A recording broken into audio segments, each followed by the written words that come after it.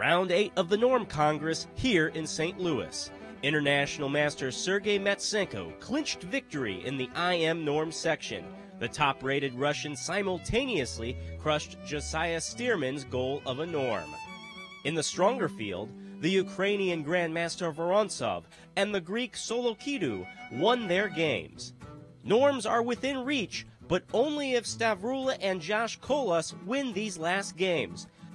Final round coverage starts now. Players all over the world have struggled to earn the Grandmaster title. Which players will earn a Norm? Which players will go home with the prize? Welcome to the 2018 St. Louis Norm Congress.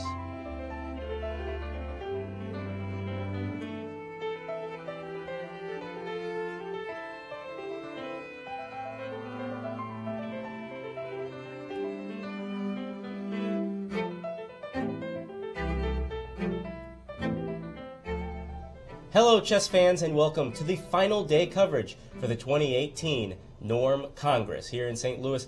I'm Ben Simon along with Grandmaster Josh Friedel, and despite what that intro just told you, Josh Kolas is no longer eligible for a Norm. That's right. He lost his game to Brandon Jacobson. Tough loss. He got kind of an equalish endgame, but took a couple too many risks and went down. He's still at least guaranteed a share of second place at least, but his Norm chances are dashed. The good news for him is he already had 2 IM Norms and a GM Norm. I don't think he'll be too disappointed. Indeed, it's all about the performance. Let's take a look at the Grandmaster Norm standings after yesterday going into the final round. Yep, Pavlo Vorontsov leading with 5.5. He looks to be winning up a pawn against Akshat Chandra. Still some work to do. Patel is in a tough battle, and Solokidou is black against Tatev Abrahamian. I like Tatev's position, and that might dash Stavrula's chances for a Norm, but as we've seen in these games, anything can really happen. A lot of these games are still up in the air. And please keep in mind that there are no playoffs at the end of today. If there are players tied for first, they're tied for first. They'll split the money. And let's take a look at the International Master Norm standings after round 8 going into the final round. Indeed. Sergei Matsenko, as you can see, clinched the tournament already. Josh Kolas already lost to Brandon Jacobson, who goes up to 3.5. Not the best score for him. However, considering he started out 0-3, I'm sure he'll be happy with how he finished the tournament. Indeed. All the important points of this field have been finished up. We have the winner. There are no Norms in this section. But today, right now, live, you're watching it on USChessChamps.com, hopefully. Let's take a look at the pairings for this round in the top section. Yep. As always, we're keeping a real close eye on that game between Tatev Abrahamian and Stavrula Solokidou. Interesting game, lots of back and forth, and it's vital for Stavrula's Norm chances. She's got to win with the black pieces. And otherwise, we're looking at Vorontsov against Chandra, of course, playing for first place. If Vorontsov wins, he takes the matters into his own hands. He clinches first, regardless of what happens. But he still has Stavrula, and he also has Adi Patel against Hamrakulov. If Adi Patel wins, he passes Vorontsov temporarily, meaning that Vorontsov would have to win to clinch first, and a draw would only tie him for first. For sure. All right, and let's take a look at the International Master Norm pairings this round. These games are going on right now, and like we said, the field, the important parts have been wrapped up, but there are still some good games going here. Indeed. Josh Kolas already lost, as we mentioned, against Brandon Jacobson. Otherwise, we still have Matsenko playing against Justin Wang. Matsenko up a pawn, but hasn't quite reeled in the point yet. Justin defending pretty well. And otherwise, we have a few interesting games still going, so we'll probably bounce around, maybe take a look at some of the other games as they finish. And this tournament format, the round started 3 hours ago, so that's why the games are wrapping up. The time control is game in 90 minutes with a 30-second increment from move 1, and as stated before, there are no playoffs. There will be a tie for first if players are in the lead after this round. Indeed. Okay, Josh, let's take a look around the horn and see what's going on. Yeah, so I guess first I'll show what happened to Josh. It was in this position. This was one of our games of the day before it ended. And as you can see, it's about equal, I would say. Josh had this pawn on e5 is a little bit weak, but this knight on g5 is a great piece. It attacks both of these two pawns. Note how the rooks are also perfect. And honestly, what you should do in a position like this, you can't really improve too much, but you can sit. Play moves like rook e7, maybe b6. Just kind of see what white's up to. I don't think white can do much of anything here. If you really want to, you can move your knight back and forth if you want to be obnoxious about it. But really, there's not much to improve. And I think that the problem is when you really want to win and you always are trying to improve your pieces, sometimes you actually make them worse. And after Josh maneuvered his knight, this knight looks nice, but the problem is it only attacks 1 point, whereas the knight on g5 attacked 2. And I feel like it was a bit more active there. And sure enough, Brandon was able to double. Note how this would not be possible if the f3 pawn were under attack. And then he starts rolling. And maybe Josh is doing okay here, but it becomes much tougher to play. Brandon plays aggressively. And as you can see, this knight is in some bad shape here. If captures, captures. You threaten the fork, which is quite nasty, as well as rook coming in. So rook f7, rook a1, a4. Again, it looks like both sides have protected passers, but these pawns restrict black's knight. And that's going to really decide things here. And as we can see, Brandon comes in. This knight now threatens to go to d5. Another nice maneuver, threatening to go to d4, hitting this king. Now, white could actually play knight d4 check here. I thought he would. And just grab the exchange. I thought this would be fairly easily winning, because if the king moves back, you can take this with check. I thought that was over. But he chose something else, which was pretty good. And from here on, Josh was just up against it. He fought on. He tried to make counterplay with his a-pawn, but he simply corralled it. Note how this knight just has no escape squares. He tried this, and white doesn't even bother taking. He just takes this pawn. There's the pin. If knight c7, you could probably win by just taking the rook, but even this one is even nastier. The idea being that if takes rook, pawn takes knight, this guy queens. So a tough end of the tournament for Josh, but he still has to be happy with his result. He gained lots of rating. He did well. He was one of the lowest rated players in the event, but it's a sad way to end the tournament. Whereas for Brendan Jacobson, who had a rough tournament, he ends on a high note. He can go home at least moderately happy. Right. Yeah, that's the one point we should not ignore. Brandon Jacobson, yeah, it has been a tough run this go-round. Indeed. Other results I should mention, Daniel Gurevich against John Bartholomew. Kind of an interesting opening, but got to this kind of tame position. The bishops are okay. They cover all the weaknesses, but there's not really much to do. So both sides decided to call it a tournament, call it a day. Understandable from both parties. We might actually talk to John later. Hopefully. And we'll get to meet him. Very interesting guy, very nice guy. So I look forward to that. And otherwise, Mark Paragua won his game against Danish Borosh, who finishes in last place. He might tie for last, but it's a pretty rough showing for him. He really had a tough time at the end, and Mark Paragua bounces back from a tough loss to Cervula yesterday. As you can see in this position, he's only down 1 pawn, but after, say, a move like queen e7, this knight's hit, f5 is threatened, and if the knight moves, rook d8, maybe he could have found a way to play on a little bit more, but it was a pretty rough position, and he decided simply to call it a day. Why don't we move into our other game of the day, which was Stavrula as black against Tatev as white. So as you can see, Tatev pushed her kingside pawns, nothing abnormal there. And keep in mind that black actually likes a kind of double-edged game because black's trying to win this in order to get a GM norm. However, I think this position is likely just very, very bad for black. This king is certainly more open than white's. This bishop's probably going to come here, hitting this pawn. It seems like white is just doing quite well. White's not up material at the moment, but it seems like black's a bit paralyzed, and black is not doing so well.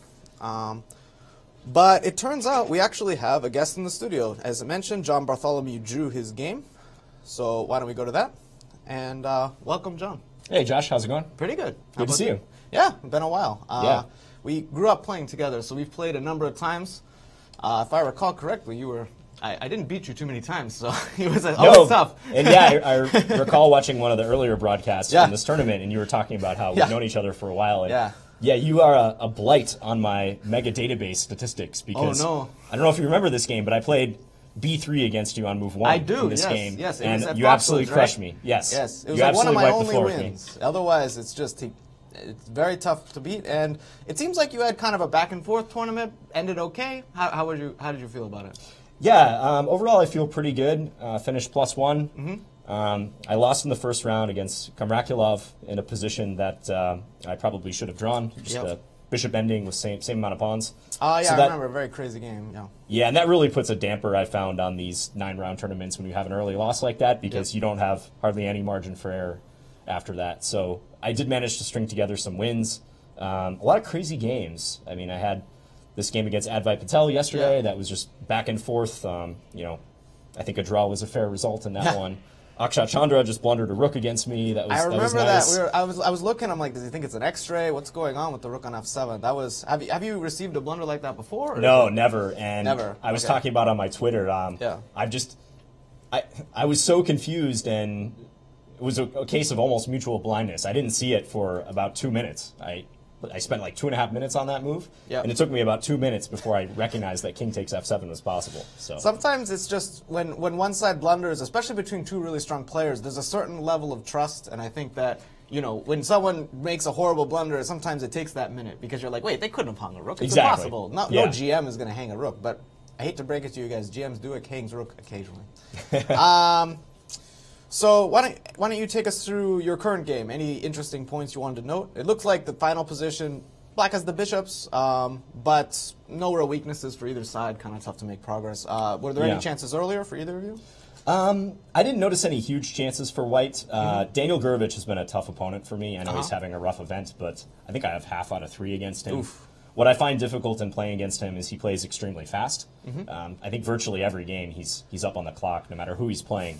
So he's tough if you get in time pressure against him. So I was resolving to move quicker, and I was still like 20 minutes behind on the clock in the final position, which is one of the reasons I offered a draw. But I think on move number 9. Yeah, this opening was actually a little. I haven't quite seen this way of playing before. So H6. So I had a game earlier in the tournament. If you back up a couple moves before White played F4. So Akshat played F3 against me here. So I've had this position, and I wasn't expecting Daniel to play into this line, so I was expecting some sort of preparation. After F4, I've had a couple recent games, one with bishop E7, one with B5, the Kojal variation, which is absolutely insane. Yeah, I think the nickname is actually the Kojal suicide variation. Yeah, so that's right. You can get a feeling for what that line looks like. Play at your own risk. And there's some Queen E1 move or something. Yeah. I'm trying to recall. I haven't played E4 in a little while, but so there's a lot of variations that Black is hanging on by a thread, but the positions are a lot of fun. So you chose H6, G5. It certainly is. Yeah, and I played this before against Sam Schmeichel a few months ago. And I figured Daniel might not be expecting this. Yeah, so. I mean, I'd imagine if you're not prepared for a move like this, it's quite something. So after takes, knight g4, knight f3, this is all normal, right? Bishop e3, e7. Is it possible to play a move like g6 here, or trying to sack something, or does nothing quite work? I don't think so. I don't think it works out tactically. Yeah, I was just curious, because I was glancing very quickly. I'm like, I don't know, maybe. But probably not.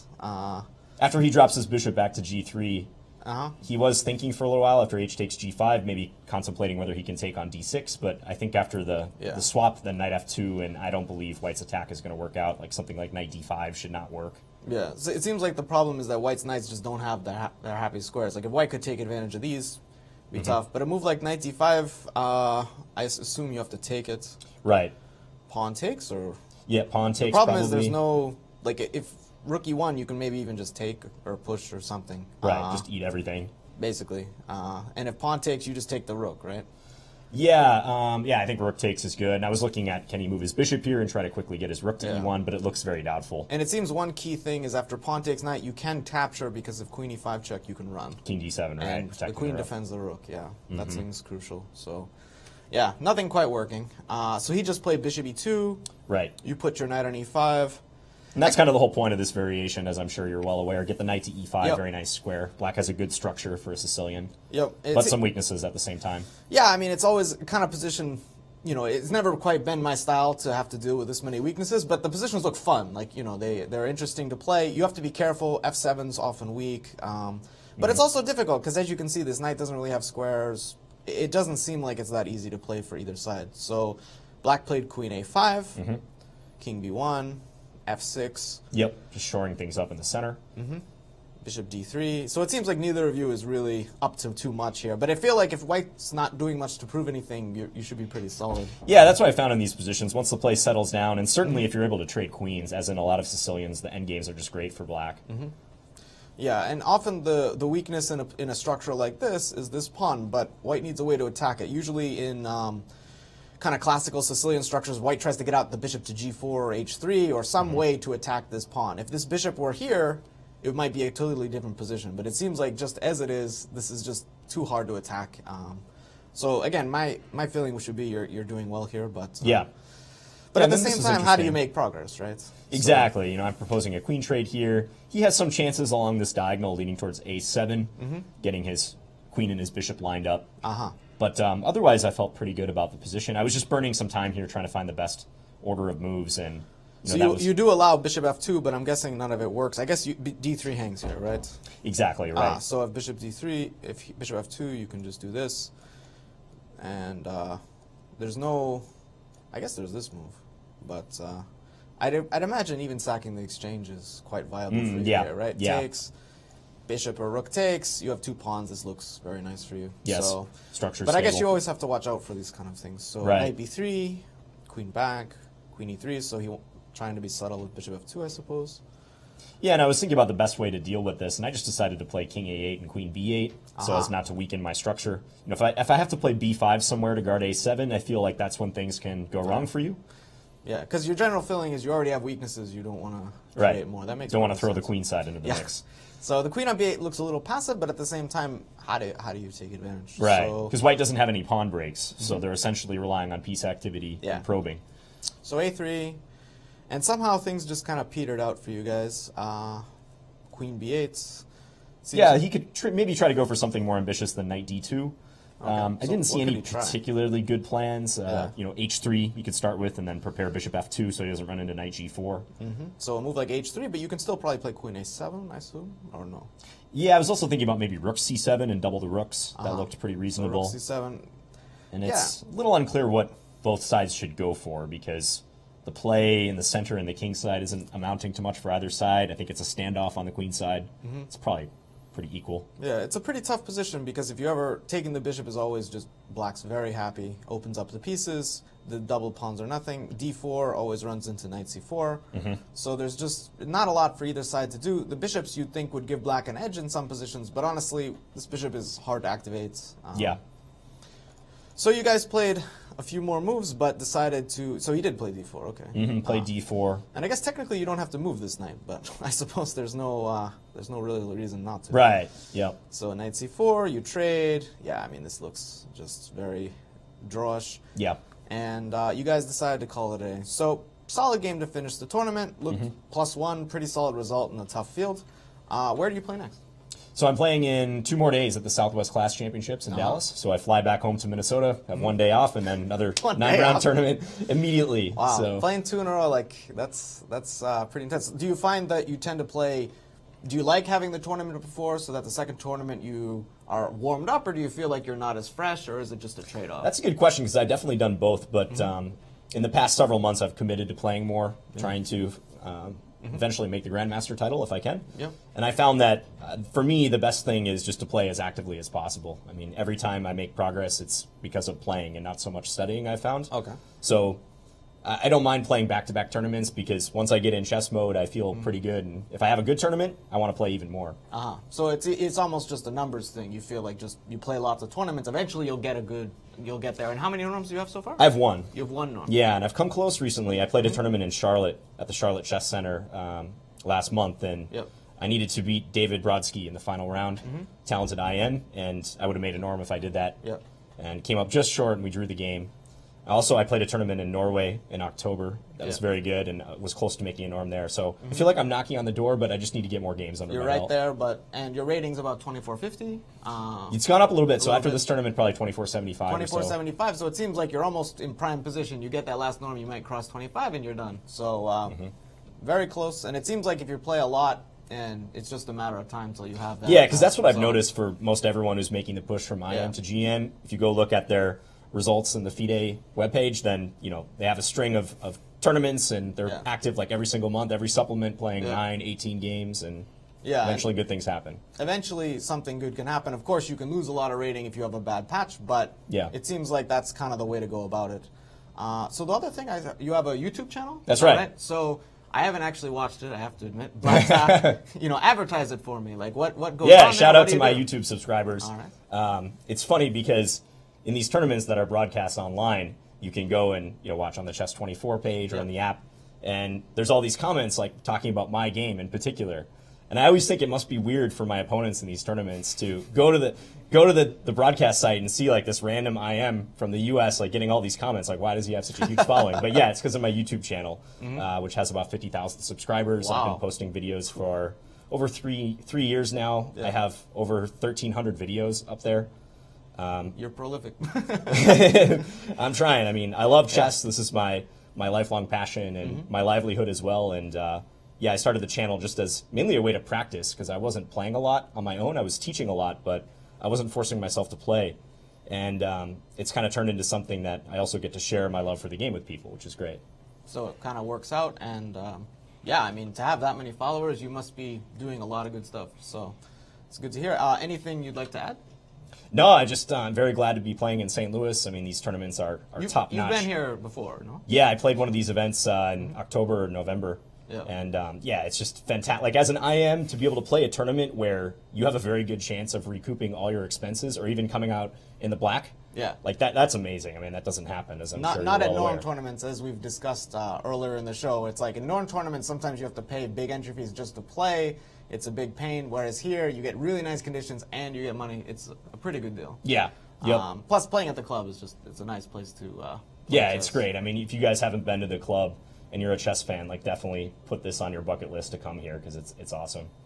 Yeah. Anyway, I think we're going to get back to the games, but thanks for coming on and good luck in your next tournament. Yeah, thanks, Josh. And I'm very curious to see how Stavrula is going to do against Tatev. Yeah, it looks like quite a game. Yeah. All right, we're going to take a short break and we'll be right back.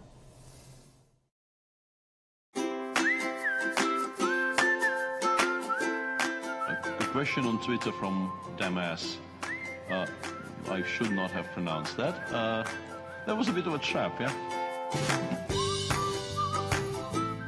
For those of you who are new to chess, it might look like ba3 is an illegal move here because white advances pawn 2 squares, not 1. But it's a little something we call en passant. And you can do that, but you have to do it instantly. You can't wait for a move, like let's say play king e7, king g2, and now try, because could I do it? I'm sorry. This is too funny for words. This is a software glitch? I'm pretty sure there's not a lot. Lawrence. Hello, Lawrence. Yeah, I'll play 4 against Lawrence. And now he's going to play something against me which we discussed at length during the course of my stay. Yeah, he told me this is excellent. d5, this was what I was kind of hoping for, because now I think e5 is best. No, Lawrence, this is not how chess works. Sadly, it would be much, much more fun if chess actually worked like this. But I don't think it does. Or maybe it does. Well, that's me regretting what I just said. How did I get from there to here is a little bit beyond me. And what's worse, I will never hear the end of it. My quality of life has just gone downhill tremendously because I'm actually sharing the office with the guy.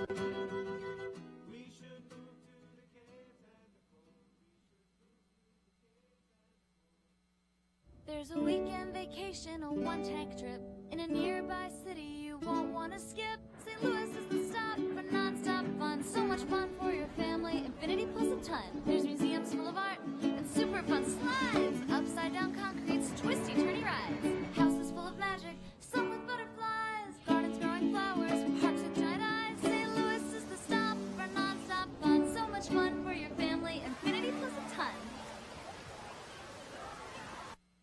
I'm Mike Matheny. Whether you play chess for fun or want to boost your child's academic performance, come visit the Chess Club and Scholastic Center of St. Louis, right here in the chess capital of the U.S.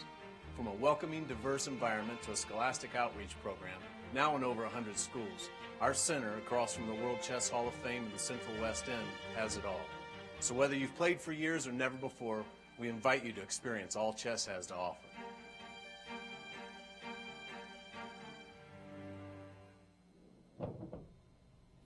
And we're back with the final round of the 2018 St. Louis Norm Congress. Ben Simon along with Grandmaster Josh Friedel here for the call. And that was a great interview with John Bartholomew. Yeah, not surprising. John's a well-spoken guy, has his YouTube channel. He's used to talking on air. He has the crisp voice. You know, he's just always a good person to talk to and a good interview. So not surprising. You didn't ask him the big question, Josh.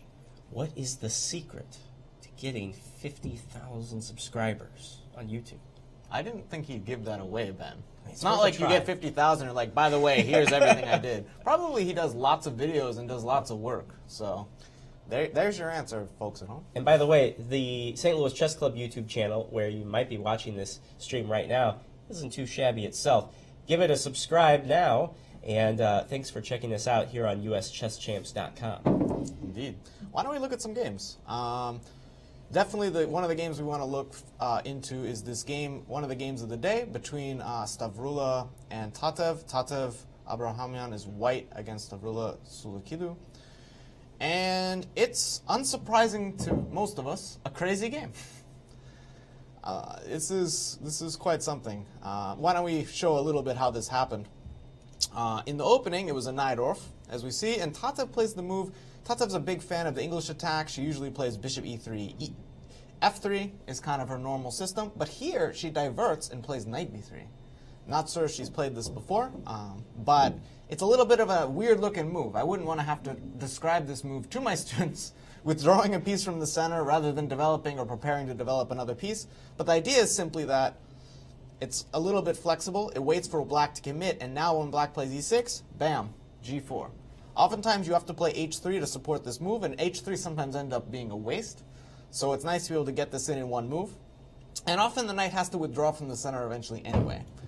So Tatev just keeps pushing. And the idea is that when you form this pawn wedge, it makes it harder to attack any one pawn. It's possible to play h5, h6 sometimes, and also it stays flexible. Sometimes the bishop likes to be here to guard the square. Other times it can come out to h3 to put pressure on e6. Lots of different ideas.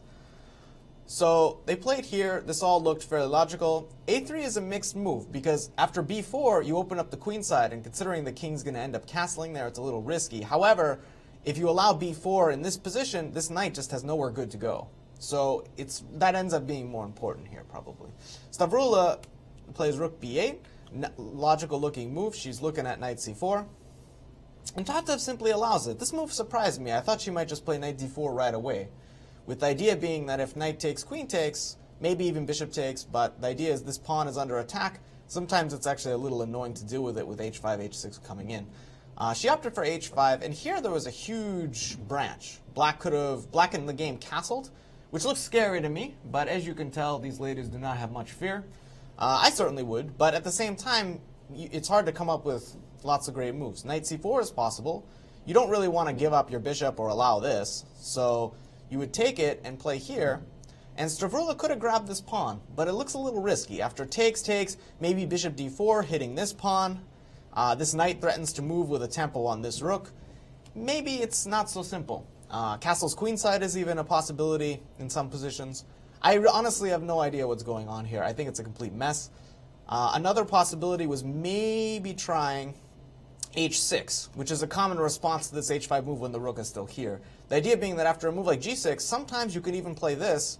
you get a nice active bishop, and there's no, after pawn takes, sometimes even king takes. And the idea is that there's just no way to get at this king so easily. And in the meantime, black has a very active bishop, and it often works as nice compensation. Would you want to swing the rook over now? Sometimes, yes. You swing the rook over, and then you can even artificially castle. Depends whether the king's really better on g8 or not. That can vary. Sometimes, occasionally, the king has to run the other way if it gets too scary. But it's actually not as bad as it looks, and this bishop on f6 is just a really nice piece. So this was maybe something I would have considered. But I'm more safety-minded than a lot of players. So black castled, which probably isn't that horrible either.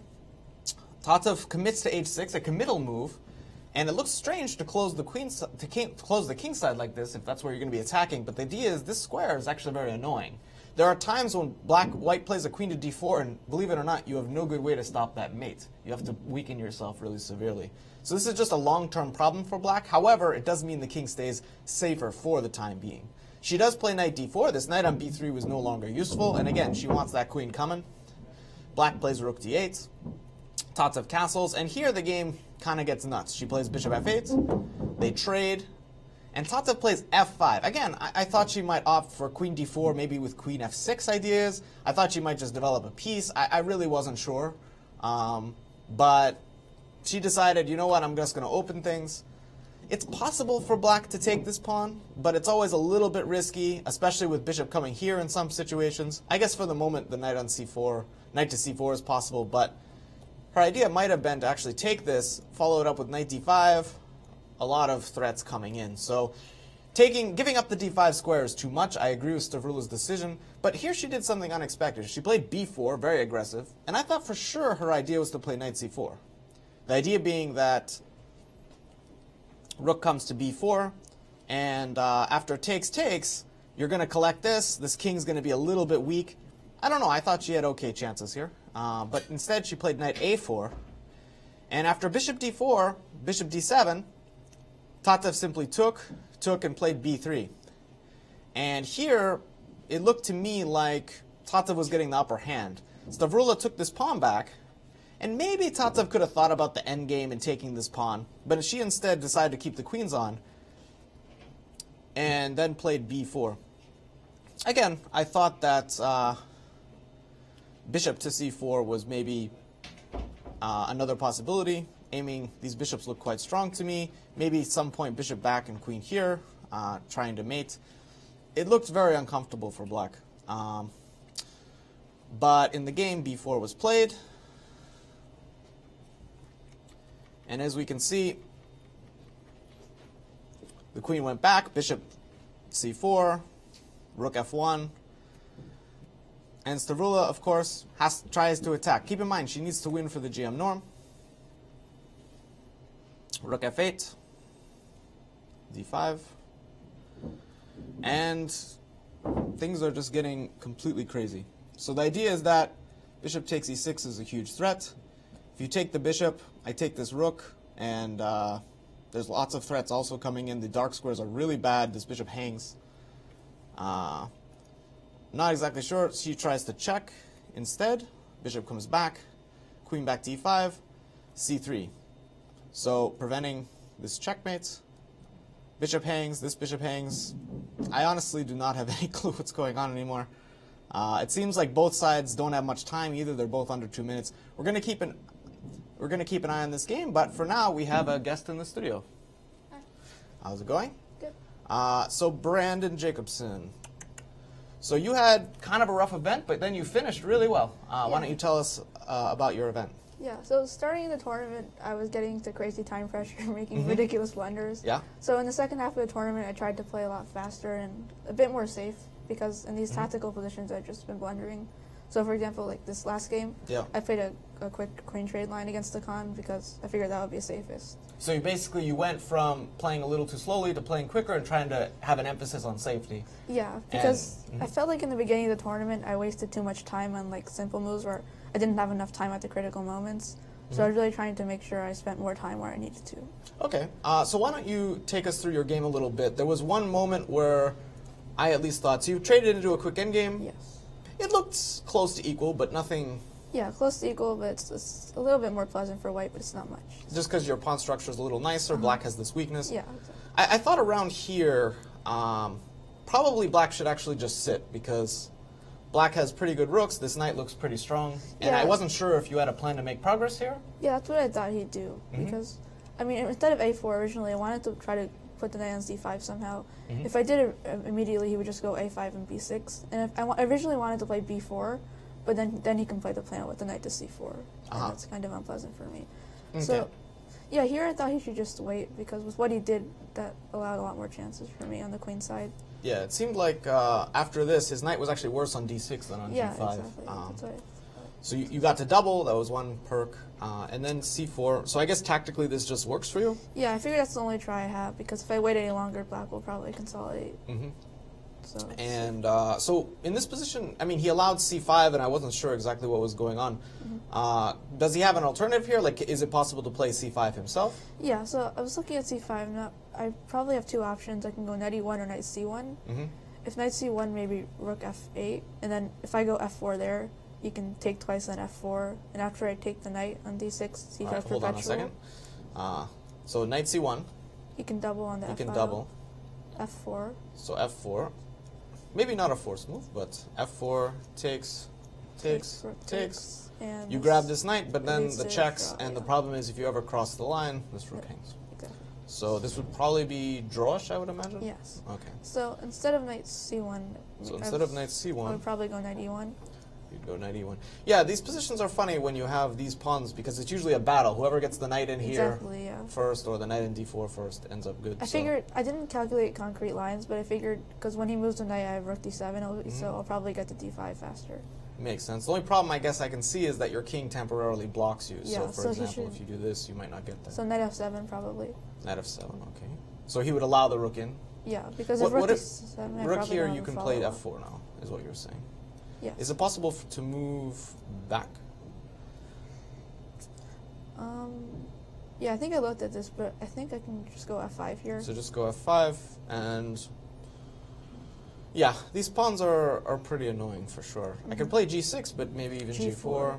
h5 gets responded to with g5, I'd imagine. Yeah, this looks pretty pretty nice for you. But in any case, after knight b7, c5, it looked just very nice. The point is that I thought black might try to take. Yeah, that's what almost I thought. for It's sure. probably the best. Pawn takes, right? Or knight take. It probably transposes because. Oh, okay. Because after I go put the rook on the c file and take, it'll. Okay, because I thought after knight takes, your plan was to take and play rook d7, no? Oh yeah, probably. Right, so and then king b6. I thought this king was actually not great. Yeah, rook takes g7. Rook takes g7. Rook f8. I was looking at lines like this. I couldn't really. Probably black should try to activate with something like this. c4. I would imagine. King c5. But somehow I think your position should be good. You're up too many pawns. This is weak. So for example, if you take, you can maybe go here, hitting this pawn. It looks like it should be good for you. Yeah, the class position falls apart. I would agree. So I thought almost for sure, black would play pawn takes here. And what was your plan? Either rook c2, or I was also looking at knight b2. Yeah, knight b2 I kind of like, honestly. But I guess then the knight can come to d6. Yeah, so I wasn't sure about that. Probably sure. Rook c1, just to keep the rook on d2 defended. If he moves his rook, I can take on e5 now. Right. So I guess rook f8 is possible, king b6 is possible. If rook f8, it can take e5, right? Always, yes. That's true. So the rook is basically paralyzed as long as the knight is here. So probably the king has to move. And now maybe knight b2, because knight c4 comes with check. Now it's with check, and if knight back, I guess you can take, but you're just liquidating, right? Yes. So maybe I can take knight c4, king c7, take, and then king d3 or something. That might be unpleasant if I get in king c4 and rook d1. So what move are you saying? Rook takes d6. Okay, so rook takes d6, you check, takes, and now? King d3 maybe? So you're trying to get into c4. I guess black can play here, but you can always go here. There's no... Yeah, and then king c4 nothing too next. concrete. And then I can go check and rook d3 to defend. Yeah, maybe I can play like rook b8 at some point to try to stop you, but then you have f4 perhaps. Yeah, I don't know. It's better chances. But definitely better than what he did, by a lot, I would say. And here, I thought you also had the possibilities like even this, and just saying, you know what, your king is worse than mine. I have this. I don't know. Maybe just king back and rooks b8. Maybe it's not so simple. But I don't know. I mean, it's a complicated ending, but it seemed like after b5, this knight on b7 was just too poor a piece. I like this b4 move. As we were pointing out earlier, this check is quite annoying. Yeah. So once this happened, I thought that you just were better because this knight is just... If he doesn't go a4, then it's probably too dangerous. Like, for example, if he takes on b4, a nice line is I can go c6 here. Ah, c6. So you don't even take? No. Okay, c6. So now, if king takes c6... Knight takes b4. Knight takes b4. I think you're just getting mated here. I wasn't even sure what he should do. It's always fun when you actually get to checkmate in the endgame. Yeah. So, let's see. So, king c5, perhaps? So, probably knight d5. So this king is just so now the idea is now rook check, and then this knight will move with check, and it's going to be kind of nasty. Yeah. I mean maybe here. You have to be careful if the knight gets here. Maybe I'm okay. Maybe not knight d5. I think I was looking at a more forcing line. I would imagine because you can play knight a6, but then I play king e6. It seems okay. I don't know if you have to play c6 though. No, like I thought that maybe you can just play knight takes c5. Rook comes in with check. I mean this looks. Yeah, knight pretty d5 good, and right? rook a2. Yeah. This looks just really strong. So I thought this might be even simpler. Okay. But after a4, it seemed like the tactics are just going to work for you. Black's king and knight are just not good. Yeah, I mean, king c6 is just basically losing. After knight e2, you can't defend d5. Yeah, I thought you might just play knight d4, but it probably I thought that matter. allowed more counterplay after rook takes d4. Yeah. So probably it's all winning. It's so all winning, I liked what you did. If black doesn't go king c6, it's not as easy. Because after king c6, knight e2, it's basically just over. Yeah, so after that, you won very easily, but if... maybe knight d8 here or something. Knight d8. Because black has to fix this knight. If it can get to c6, it's actually not a bad piece. Exactly. Yeah. But the question is whether you can do anything dynamic here. Yeah, that was the problem for black, because the knight is maybe really put the bad rook on into d7. d6? Yeah, that's what I was probably going to do. So knight c6. I was looking at knight e6, knight d4 here. Because if knight d5, if I play knight d5 instead, king b7, knight seems like I hold things. Knight c3, then rook f7, exactly, yeah. I don't really have a continuation here. It seems like black's holding. Because you don't want to give up this pawn. Everything's defended. This does hang, although it often allows this. Yeah, I mean, it still looks pretty good for you, but yeah, I mean, you'd have to play slower. You'd have to move your king, maybe defend this pawn. So you wanted to play knight e6 check. I must play here. Knight d4. And then knight d4, you said? So you're just trying to trade off this knight. Because once he takes, my king is a lot more active, and I have to pass the e-pawn. Yeah, and it seems like this b-pawn is going to be lost. Yeah. Yeah, so in the game, it just was fairly straightforward. And yeah, this knight on b4 got trapped, and yeah, here I think after here you can win with c7, b6, but probably taking the rook is also, yeah, it's all pretty good. So he was actually playing for his norm. I think he already had 3, but yeah, he already has his norms. He's just playing for a rating. Yeah, he's just playing for. But you ended on a really high note. So what was your experience like? What was the tournament? Yeah, like really great. It was a lot more professional than many of the other tournaments I played in, because I haven't really played in many closed norm tournaments before. So yeah, I really enjoyed it. It's a good experience, and I'd say you get better in them as you play them. Like round robins are tricky; they're a little bit different. It's not as forgiving. Like you lose, you don't play easier people. So probably a different experience. But it's a nice place to play. When is your next event? The Amateur Team East, and it starts on Saturday. So that'll be a bit more relaxed than this, I'd imagine. All right, well, best of luck in that, and thanks for coming on. Thank you. We'll be right back. A moment comes in chess when you need to test yourself at a different level. Chess 24 Premium offers the tools that you need to reach your maximum potential. From hundreds of interactive video lessons to becoming part of the Chess 24 community. You can analyze with friends or coach your students live. You get 24/7 coverage of chess news and events, access to premium analysis and commentary, and the chance to interact with grandmasters and other top players and coaches. Get advice from the best and even challenge them to a battle. Be the best chess player you can be. It's time to level up your game with Chess 24 Premium membership. Be surprised. Be intrigued. Be delighted. The World Chess Hall of Fame in St. Louis is nothing you'd expect and everything you love. 3 galleries highlight the history, culture, and creativity behind the game. Explore chess in ways you never imagined. It's a one-of-a-kind cultural institution where rare artifacts and world-class art play together. The World Chess Hall of Fame. Mind, art, experience.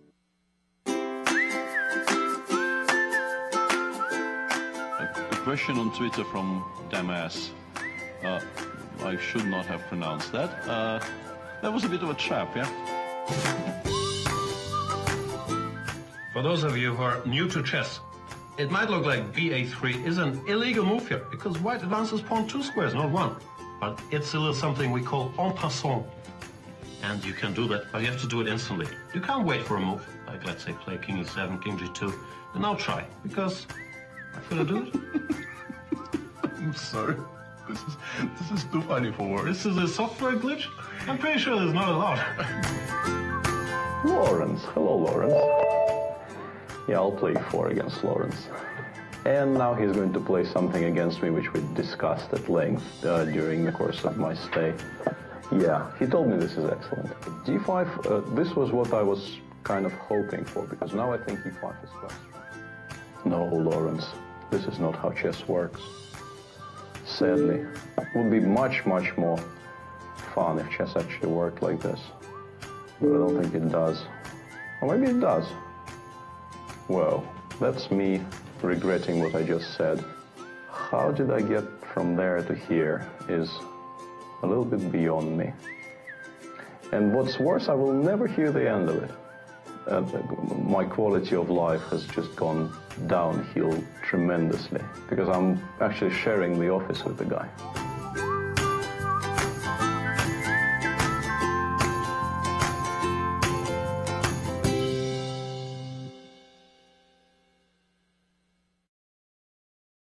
Look at you. Both? Okay. Hello and welcome back to the St. Louis Norm Congress broadcast. It's the final round, but we're taking a break to talk to one of the most important personalities here around the St. Louis chess campus. I'm talking about development manager Lauren Stewart. Lauren, thanks for coming on the show. Thanks for having me. Awesome. So you have one of the most important jobs there is. You basically do fundraising for the chess campus. Tell us about that. So we have so much going on here at the chess campus that we need to make sure that all of our programs are funded. Most importantly, our scholastic chess program, which is taking chess into the schools in St. Louis, serving low-income students. And so we provide chess programming to them. And so we make sure that we bring in enough dollars that can support that program. And what is it about the chess club and the World Chess Hall of Fame? I guess we're talking more about the chess club at this moment. As a nonprofit that separates it, it's kind of unique from other nonprofits, right? Correct. So, chess is a fun game. And what we found is that it's a really different, holistic way of teaching, and that teachers have really taken to it. Another unique thing about it that's different from other nonprofits, educational nonprofits, that is that we do a research component. So our research is really showing that chess is giving kids confidence to take on more difficult tasks. They want to be at school. It's giving them confidence, just better quality of life. So we feel that that's a really unique component, and that's why all students should receive the game. And I know that the club has had some great grants and partners with corporations. Talk a little bit about some of the companies we're partnering with. Sure. So we have a lot of really generous partners. One is Ascension, and Ascension has really come through, and they fully support the Ferguson-Florissant School District in providing chess to those schools. So we're really fortunate to have them, and just to have them as a really great partner. And Ascension is a healthcare company, is that right? Correct. So they're a Catholic healthcare provider, and they are headquartered here in St. Louis and have hospitals all over the United States. So upcoming, we have the U.S. Chess Championship. Correct. In just a couple of months. So that's a really big event. Can people get involved with that in some way and help out? Sure. So with sponsorship opportunities, we have for the U.S. Chess Championship is just a great way for companies to get involved. It really gets their name out there. It's a really broad reach, really international reach. So we encourage anybody that would like to support that to support the U.S. Chess Championship. Wonderful. And the U.S. Championship always has so many eyes on it. It's traditionally the biggest event we've had, although the Singfield Cup might be a little bit bigger nowadays. Lauren, you've been here since almost the beginning, like 10 years. Why is it so awesome working for the chess campus? Well, I think, there's a couple different reasons, but I think, apart from the amazing programming that we do here and serving as many students that we do, almost 30,000 since we opened our doors. I think that the staff is just so incredible, and I think that everybody has their talents, and our team just really works together well. Sounds great. Thank you for coming on the show. Thanks, Do appreciate it. Let's take a break. You're watching USChessChamps.com and coverage of the St. Louis Norm Congress. We're coming back with more analysis.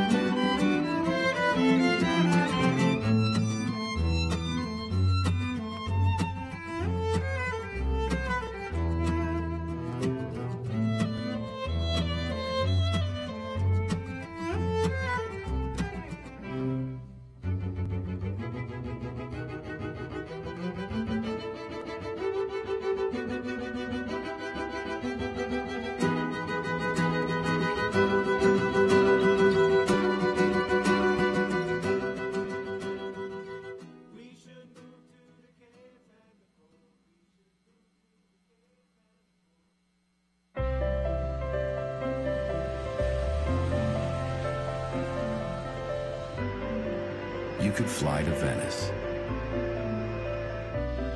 or Paris or even Copenhagen. You could fly all over the world. But why? When you could just come to St. Louis. Your trip begins at ExploreSt.Louis.com. A moment comes in chess when you need to test yourself at a different level. Chess 24 Premium offers the tools that you need to reach your maximum potential. From hundreds of interactive video lessons to becoming part of the Chess 24 community. You can analyze with friends or coach your students live. You get 24/7 coverage of chess news and events, access to premium analysis and commentary, and the chance to interact with grandmasters and other top players and coaches. Get advice from the best and even challenge them to a battle. Be the best chess player you can be. It's time to level up your game with Chess 24 Premium membership.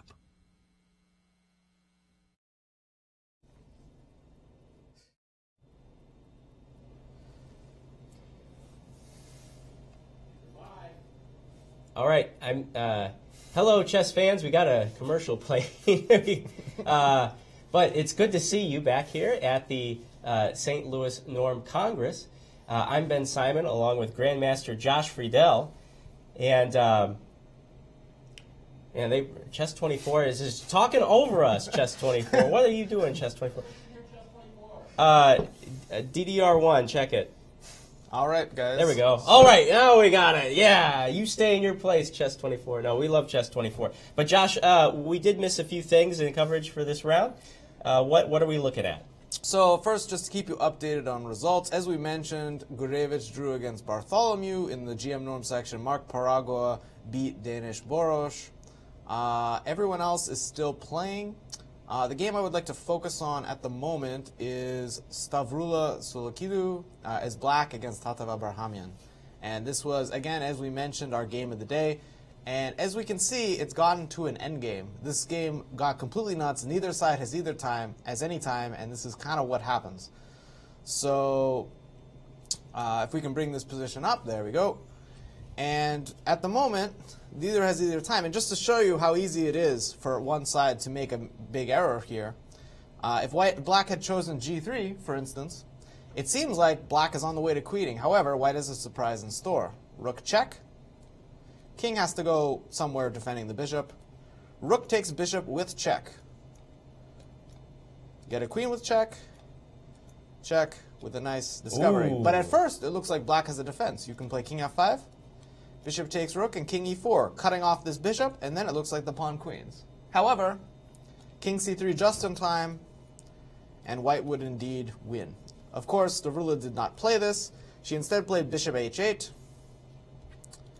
And then, Tatev played rook a5, g3, rook to g5. I actually thought that Stavrula would really rather not allow this cutoff. Maybe she didn't have a choice. Again, with no time, it's so difficult to play these positions.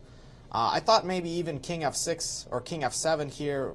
King f6 looks crazy allowing this check, but the idea is that now this king is well placed. You're ready to take this pawn. It looks kind of drawish to me.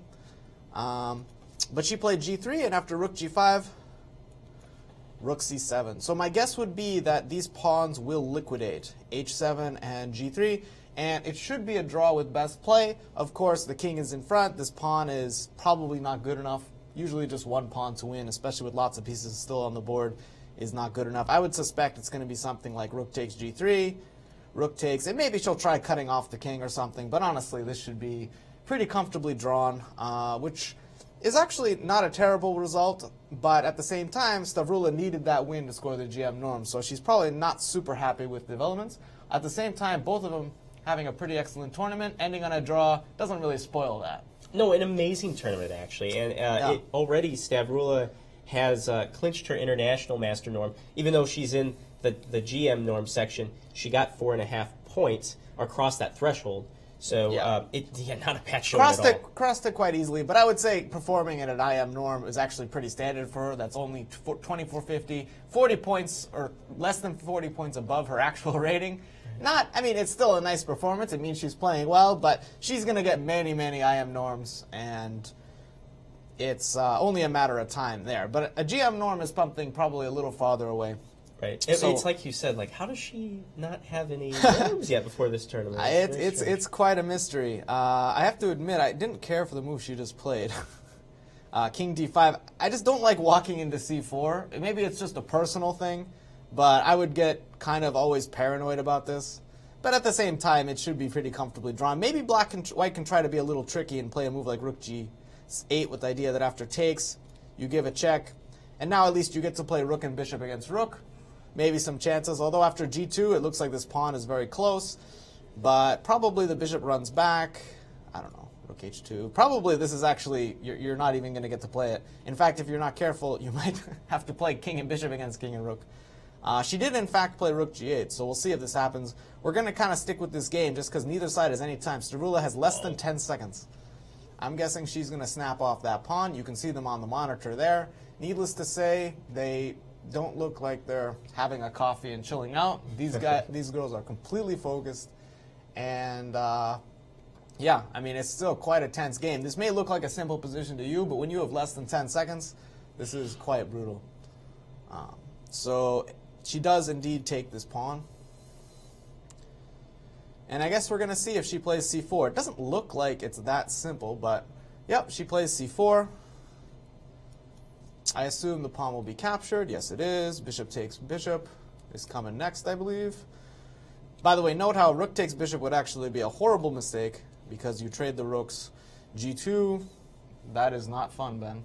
No, that's it. This guy is going to queen. So I believe she will take with the bishop, as she did. So this happened. King here.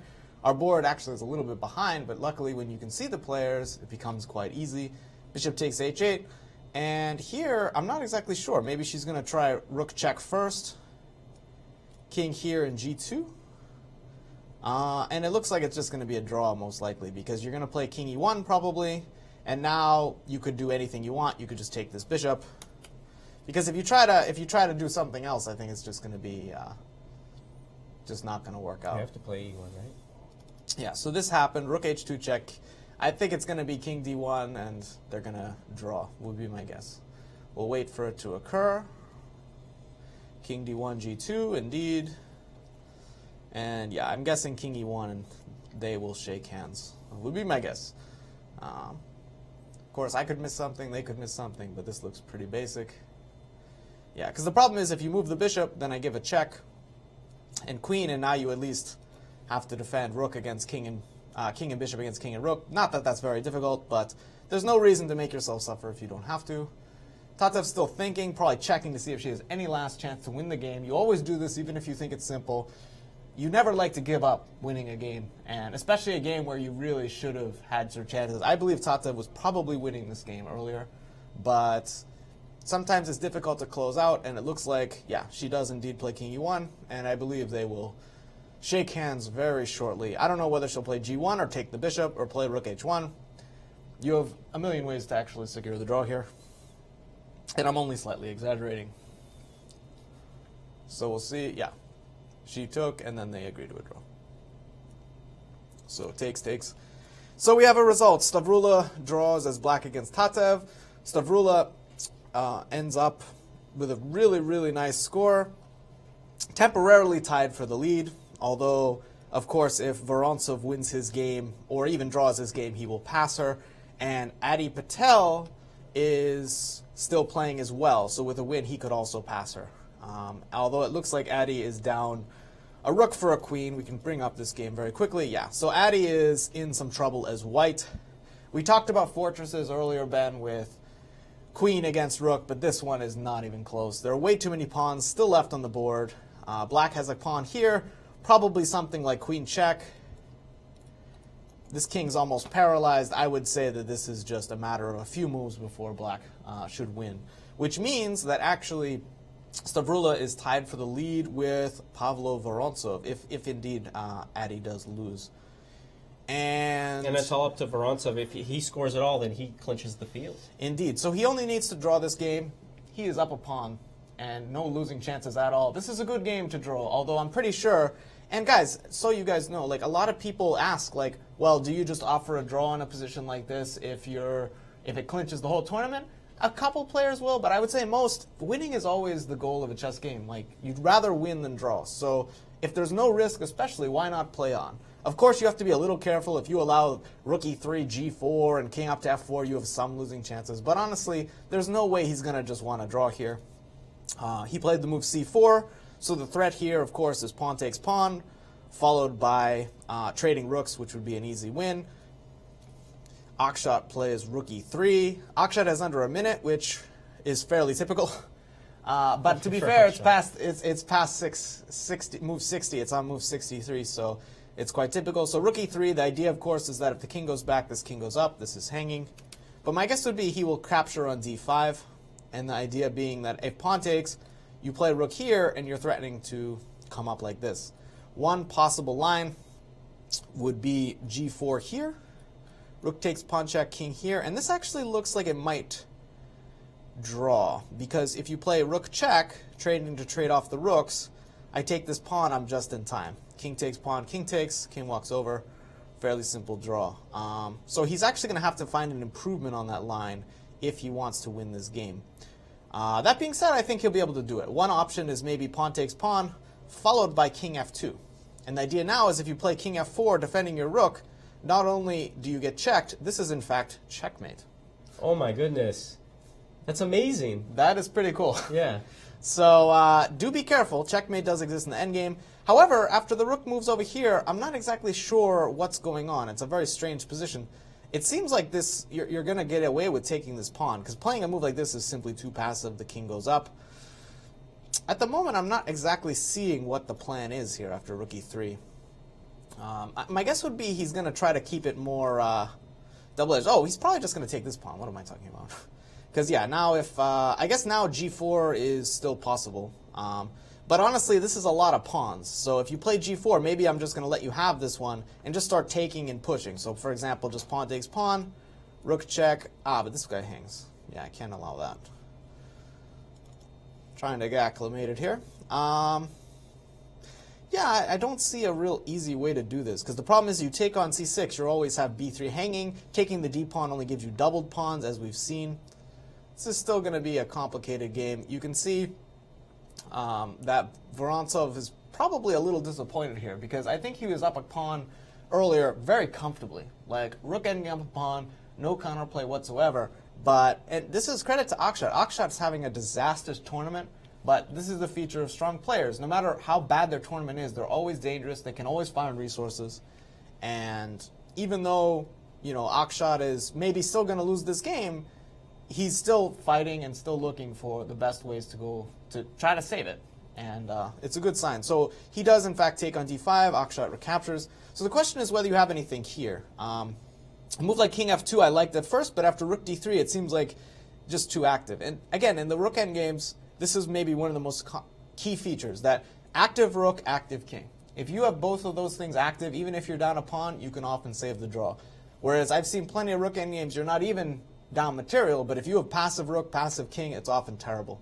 So note that even though Akshat's down a pawn, he does have that. So he does play rook d8, g4 was played.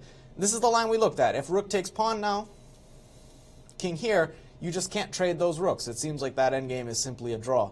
So you'd have to move the rook somewhere, something like this. But honestly, I'd say the odds of winning this are almost nothing. You play pawn takes pawn, for example. If king f2, you go here, just a dead draw. There's no way you can win this. And in fact, king e6 did occur. But it's possible that Vorontsov already knows that a draw will clinch him first, so he's not looking quite as hard. That's one of the things, especially if you have no time. If you know a draw clinches you first, you still might want to win, but you're not going to take crazy risks. There's no point. Yeah, especially not against someone like Akshat Chandra. Indeed. And I would say that it's just one of those things that when you're playing an event, you're always trying to win, but the result of the tournament does kind of take priority. So if you have just a no-risk position, like we were talking about, of course you play. There's no reason not to play. But if there's any risk at all, that's when it's like, all right, make the draw, make sure you clinch that tournament. Maybe he hasn't seen the game with Adi, and we can already see that Adi did, in fact, lose after queen h3, as similar to the lines we were pointing out. White's in Zugzwang. If you play here, you simply give away your pawn. Anywhere the rook moves, you take this. The king can't move without giving away the rook. So a very typical Zugzwang position. And Adi does go down. So it looks like Vorontsov will win clear with Stavrula as second. Indeed. Yep, and this is happening. Takes on e5, pawn takes. Yeah, I'm pretty sure they're just going to draw. And yeah. All game.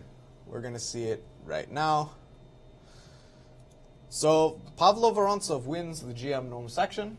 As mentioned earlier, Matsenko won the IM norm section yesterday. He already clinched it with a round to spare. But this one was really down to the wire, and it went down to this game.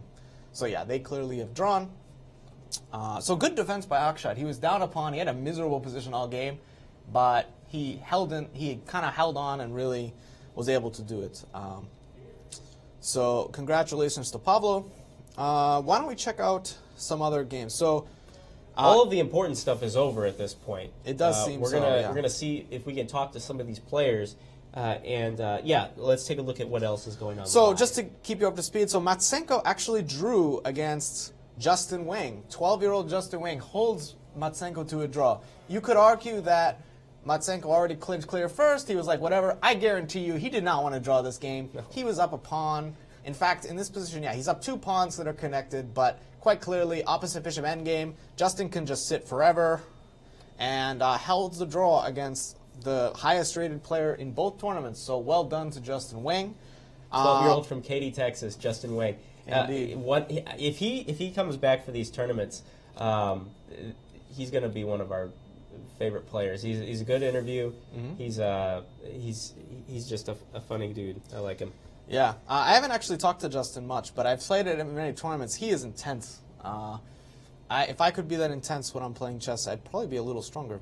In any case, we do have some games still going. Jo Banawa beat Chi Yu, who lost and is in clear last place. Tough event for her. She still had some chances in some of her games, but not so easy. And Joel kind of had an up-and-down event, but he gets a nice win in the last round, so that was nice for him. As mentioned, Brandon Jacobson already beat Josh Kolas. We do have a game between Luis Torres and Josiah Stearman. And this one is kind of a mess, Ben. It looked like White was up in exchange. It looked like he was on his way to victory, but they got to a position, let me kind of go around to where I saw it. It was like here. And it's one of those positions where even though White's up in exchange, honestly, it's so much easier to play for Black because as White, it's just everything's tied down. You have this rook, which isn't really obviously more useful, and you have all these weaknesses. And even if objectively it should be drawn, sometimes these positions are much harder to play for the side with the rook compared to the side with the bishop. You have to hold on to all these pawns at all times, and your king is weaker. Just one of those positions. And it seems like Josiah did, in fact, get the better of him. So they danced around a little bit, and he just gives away this pawn. I'm wondering if this was actually necessary. Because it seems like he should be able to hold on to it. I don't see why that's necessary. Even if you play like a move like Queen D3, for example, maybe there's a check here, but I'm not so sure that this is truly the ends of the earth. Also, I mean, maybe the king can just keep moving. Maybe he was really trying to push for the win. In either case, it seems like this might just be a blunder, because once you lose this pawn, you lose the A3 pawn. My guess is he just had no time, and it's unfortunate, but these things do happen. And yeah, now Josiah should be in pretty good shape, I would imagine. They're signing score sheets now. Yeah, so it seems like Josiah did win. Yeah. Got to this position, and it's an endgame. You still have your rook, but you're going to lose this pawn. This pawn is up. This is just way too many pawns. And eventually they just keep rolling down the board. So Josiah gets a nice last round win. Torres, who was one of our early leaders, really suffered a lot of setbacks, lost a few games, and then lost this last one. So kind of a tough finish for him, but at the same time, you know, plenty to do next event. And Josh, we have the entire field for the Grandmaster Norm section all cleared up. Let's take a look at the standings, and actually we can tell you the prize breakdown as well. Once again, there are no Grandmaster Norms, although Solikidu and Abrahamian have achieved International Master Norms. With first place is Pavel Vorontsov. He wins $2,000. Second place is Stavroulas Solikidu with $1,500. And then we have a four-way tie for third place. So those prizes will be combined. And as I'm doing the math right now in my head, I think it's somewhere like 1,800, 700, 600 divided by 4. Okay, something like that, and all the way down. Yeah. But we'll do that later. So those are the final standings. Congratulations to Pablo Vorontsov. We're going to have him on here in just a moment, Josh. Yep, it should be good to talk to him. And as we see, Stavroula clears second. Great result, but just missing out on the GM Norm. Huge pack of chasing at third place. Indeed. Okay, we will be back in just about 30 seconds with our next interview. A moment comes in chess when you need to test yourself at a different level. Chess 24 Premium offers the tools that you need to reach your maximum potential. From hundreds of interactive video lessons to becoming part of the Chess 24 community. You can analyze with friends or coach your students live. You get 24/7 coverage of chess news and events, access to premium analysis and commentary, and the chance to interact with grandmasters and other top players and coaches. Get advice from the best and even challenge them to a battle. Be the best chess player you can be. It's time to level up your game with Chess 24 Premium membership. I'm Mike Matheny. Whether you play chess for fun or want to boost your child's academic performance, come visit the Chess Club and Scholastic Center of St. Louis, right here in the chess capital of the U.S. From a welcoming, diverse environment to a scholastic outreach program, now in over 100 schools, our center, across from the World Chess Hall of Fame in the Central West End, has it all. So whether you've played for years or never before, we invite you to experience all chess has to offer.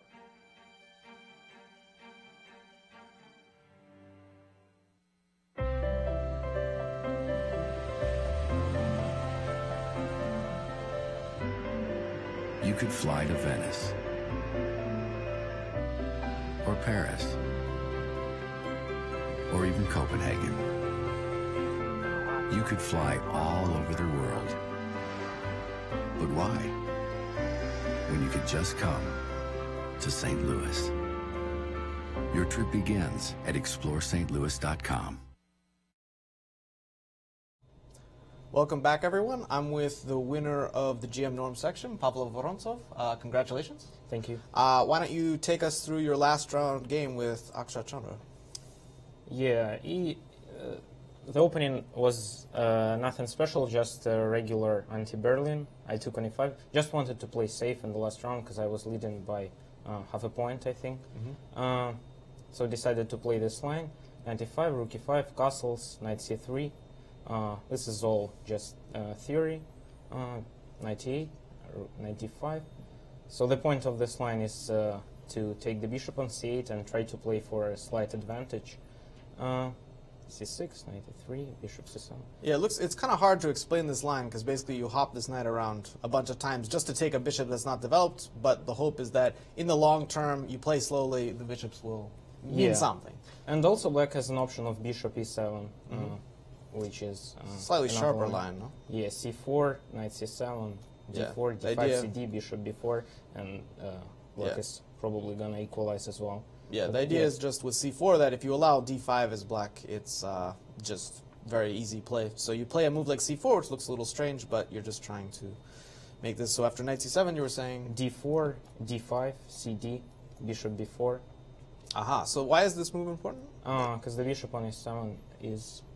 so like, for example, if I play pawn takes pawn, a little bit more awkward, maybe bishop d3 comes out? Yeah, like maybe. This. But I think bishop b4 is so bishop b4 is a nice intermezzo. Yeah. Make sure this bishop doesn't hang. You are trading off kind of the bishops you don't want to technically, but probably not such a big deal. Knight d5, knight d5, queen d5, rook e5, and then bishop c4. So queen here probably? Yeah, probably queen d6, bishop c4. And black is trying to exchange the rooks along the e file. And so black will maybe try something like this. Yeah. And again, white is isolated pawn, but white's also a lot more active. So it seems a little unpleasant for black, but maybe holding. He chose bishop c7, which also is, I'm sure, totally fine.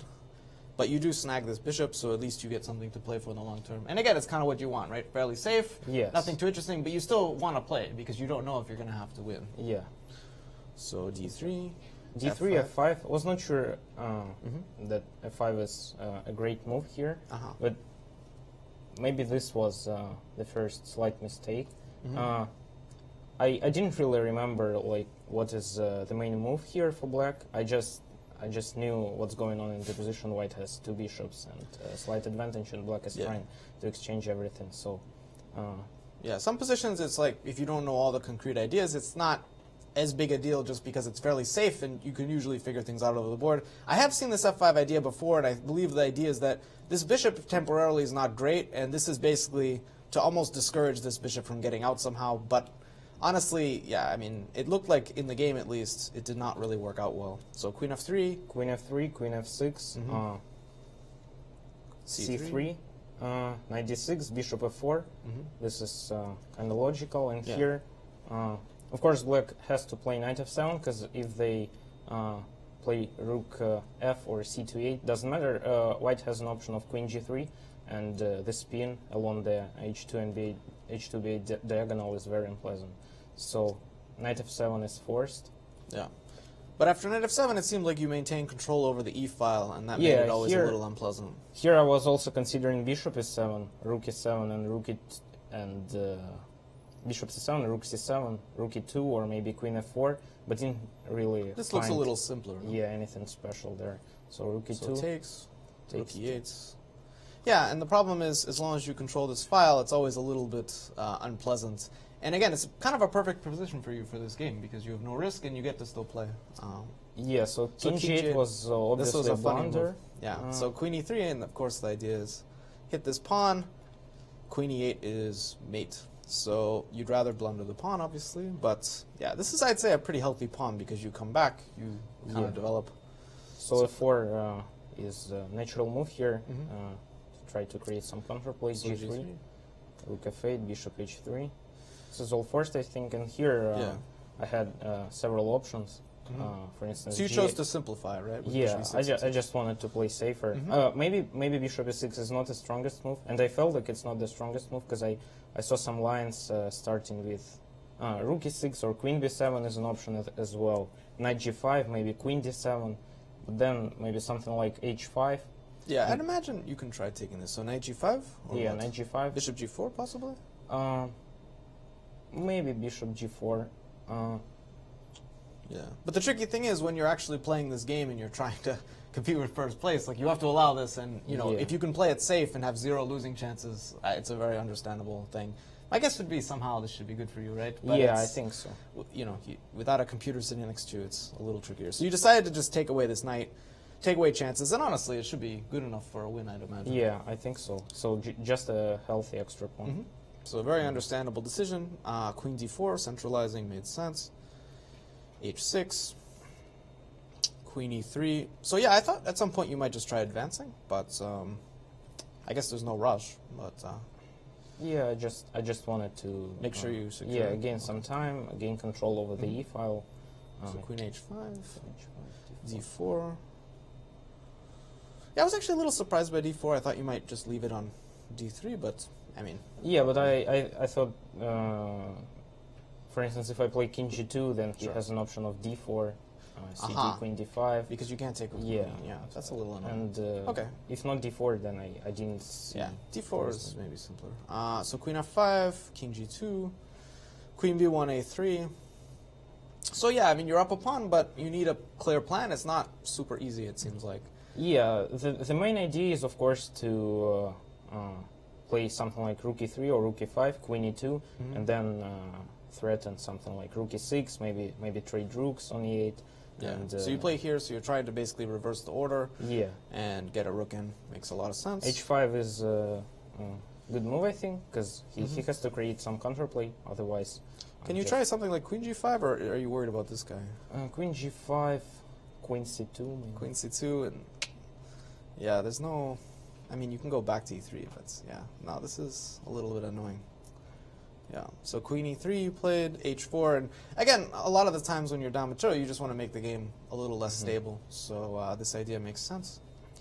So you played rook g5, g5, queen h6, and g4 would be a great move here, but doesn't work because of h3, king h2, and rook f2. So just to illustrate for you guys, here runs into this, and the queen will hang. Well, the rook is on after. Oh, the rook hangs also. Yeah. So king h2 and rook f2. Aha. And then, of course, this rook hangs, and this is not so good. So g4 is not possible, so you have to take. Yeah, I think I have to. Yep. Maybe I don't have to, but anyway, he will take on g3 later, so. Yep, so you take, and now rook f2 is a threat, so you play f3. Yeah, but it already seems a little bit more difficult than before. You have an open king now. So queen went back to h6. Yeah. Queen e5. Queen e5. Rook f6. Rook f6. So you checked, went back, and then traded. So the trade's pretty much forced here, it seems like.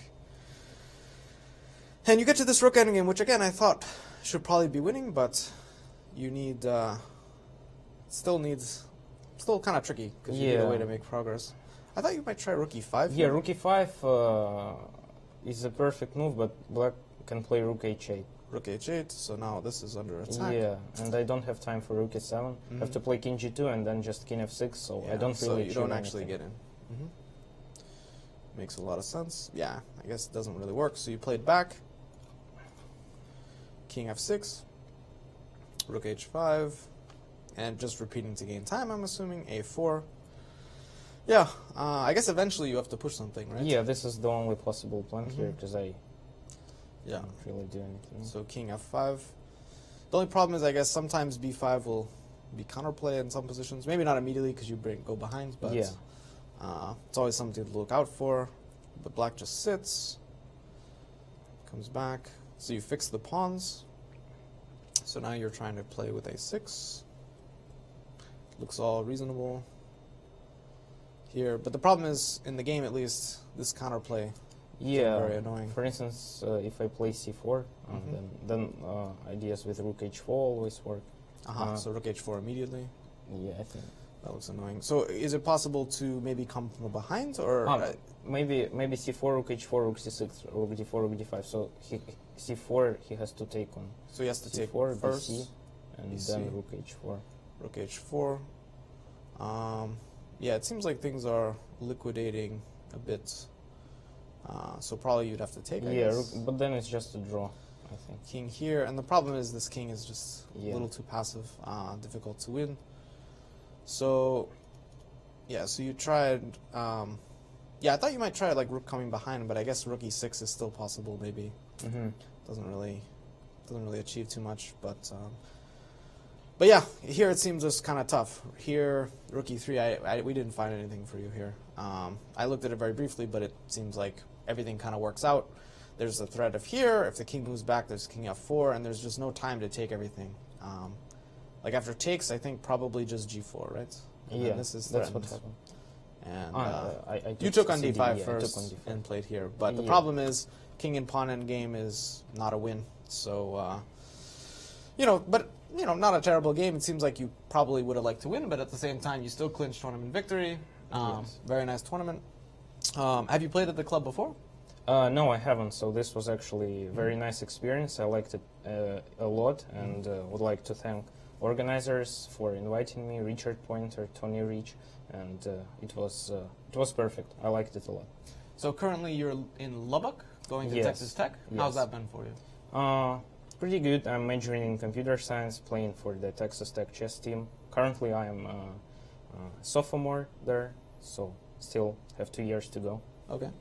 Well, sounds like a good thing. So now you get to go back with a couple $1,000s to hopefully spend on books or something. Sure. Whatever. Classes tomorrow. Classes tomorrow. Wow. So going back and already back to work. Well, congratulations again, and thanks for coming on. Thank you. Thank you so much. So we'll be right back. A moment comes in chess when you need to test yourself at a different level. Chess 24 Premium offers the tools that you need to reach your maximum potential. From hundreds of interactive video lessons to becoming part of the Chess 24 community. You can analyze with friends or coach your students live. You get 24/7 coverage of chess news and events, access to premium analysis and commentary, and the chance to interact with grandmasters and other top players and coaches. Get advice from the best and even challenge them to a battle. Be the best chess player you can be. It's time to level up your game with Chess 24 Premium membership.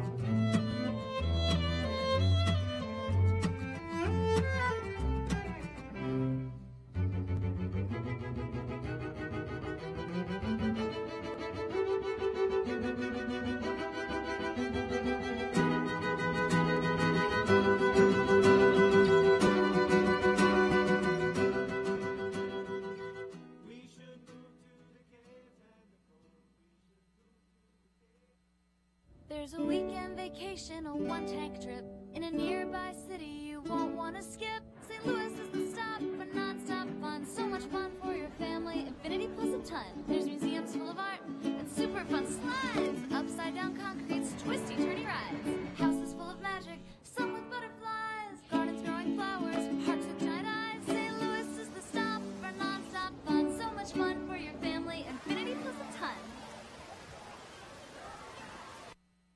I'm Mike Matheny. Whether you play chess for fun or want to boost your child's academic performance, come visit the Chess Club and Scholastic Center of St. Louis, right here in the chess capital of the U.S. From a welcoming, diverse environment to a scholastic outreach program, now in over 100 schools, our center, across from the World Chess Hall of Fame in the Central West End, has it all. So whether you've played for years or never before, we invite you to experience all chess has to offer.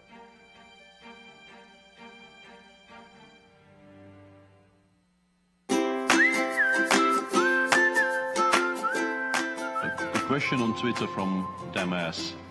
I should not have pronounced that. That was a bit of a trap, yeah? For those of you who are new to chess, it might look like ba3 is an illegal move here because white advances pawn 2 squares, not 1. But it's a little something we call en passant. And you can do that, but you have to do it instantly. You can't wait for a move, like let's say play king e7, king g2, and now try, because I'm gonna do it. I'm sorry.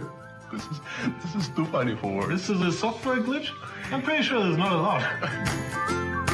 Lawrence. Hello, Lawrence. Yeah, I'll play 4 against Lawrence.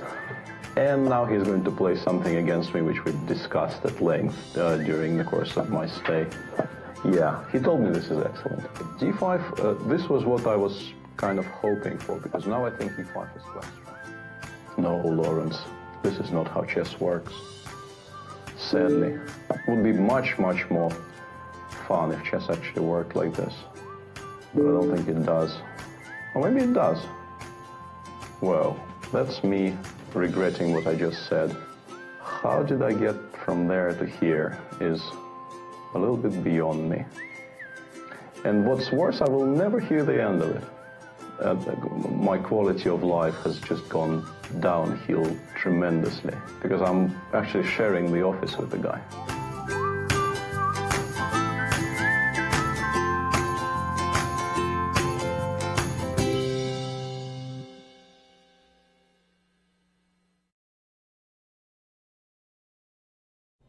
Welcome back to the final day report for the 2018 St. Louis Norm Congress. I'm Ben Simon with Grandmaster Josh Friedel. At my side, we're just the happiest team ever, talking to the champion Pavlo Vorontsov, who was just in here. And the event has concluded. We just saw during the break Tanzel Turgut with a victory over Aaron Grabinski. And so we know that everything is finished, Josh. Indeed.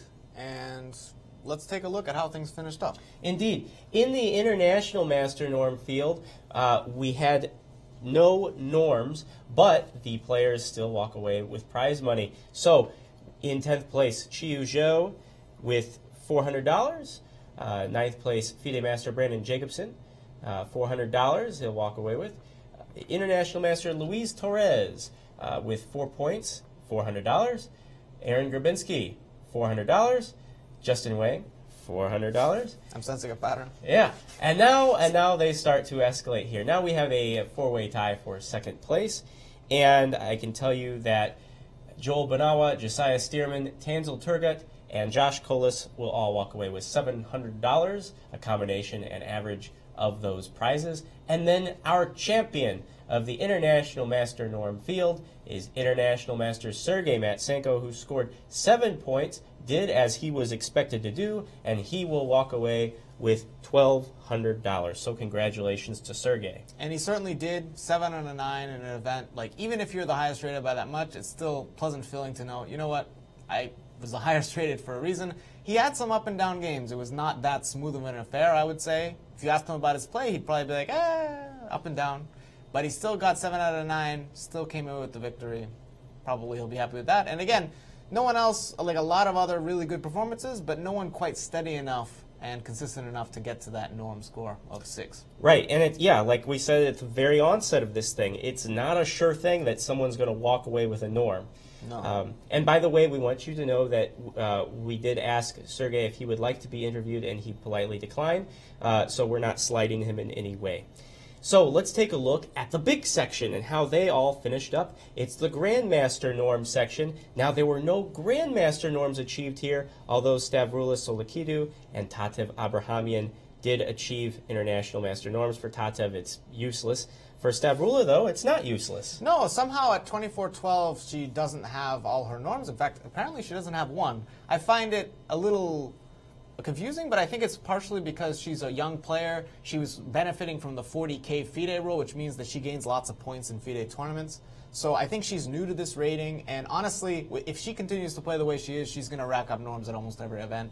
I don't think she's too concerned, but it's always nice to have that in your pocket. She was half a point shy of a GM norm, almost there. As we see, Vorontsov played well, came away with the tournament victory. He still had 2 losses. It still was an up and down affair, but he managed just slightly to be more steady than his competitors. The players this field had a combined $9,000 prize fund, tied for 9th place. Not the best performance from them, but they'll be back. Grandmasters Akshat Chandra and Danish Borosh have $600. International Master Daniel Gurevich, $600. Tatev Abrahamian, $600. John Bartholomew and Adi Patel, Hamar Kulov, and Mark Paragua will walk away with the $775 split each, between them. And then second place clear, Stavroula Solakidou with 5.5 points, has $1,500 to her credit. And then our champion of the Grandmaster norm section, Grandmaster Pavlo Vorontsov from Ukraine. He has scored 6 points and walks away with $2,000 right on back to Lubbock, Texas. Indeed, and I'm sure he'll find that, it comes in handy. Try not to buy books, though. I'm telling you, it's the biggest scam out there. Yeah, I shouldn't have given him that advice, but I'm pretty sure the way he was looking at me, he was like, I'm not going to do that. Yeah. So we're probably safe. But it was a fun tournament. Lots of people, lots of crazy results. I didn't feel like you could predict any of them, really. I thought the underdogs, for the most part, performed really well, especially in the GM norm section between Stavroula and Tatev. They both far outperformed their ratings. So that was the story of the event. Yeah, absolutely. And really, just a lot of fun to watch. Every game was crazy. There was not a lot of, a lot of the times the one downside to round robins is that you have games which are just, a lot of safe draws because people really are trying not to lose. They're trying to play it safe. As we saw this tournament, very few games actually went like that, and it was nice to see. It was just a really fun event to watch and to comment on. Indeed, and from the onset, this was a new venture that we have been trying. This is the first time that Josh and I have done commentary before, and there's been a lot of firsts to this event. We're learning, we're building, we're growing, and we hope to bring you more events throughout 2018 just like this, including just next month we have the Spring Chess Classic, one of our quarterly tournaments, so we'll be taking a look at that in just about a month. But thank you for joining us. It's been a really fun time. And this broadcast, this whole event, has been produced by the world's greatest production B-Team. Tammy Hyde is the technical advisor. Isaac Schrantz is audio and graphics. Danny Machuca is our technical director. And here we are, Grandmaster Josh Friedel and Ben Simon, saying thank you for joining us. And we will see you for the Spring Chess Classic on March 6th, right here at uschesschamps.com. But until then, so long from the Show Me State.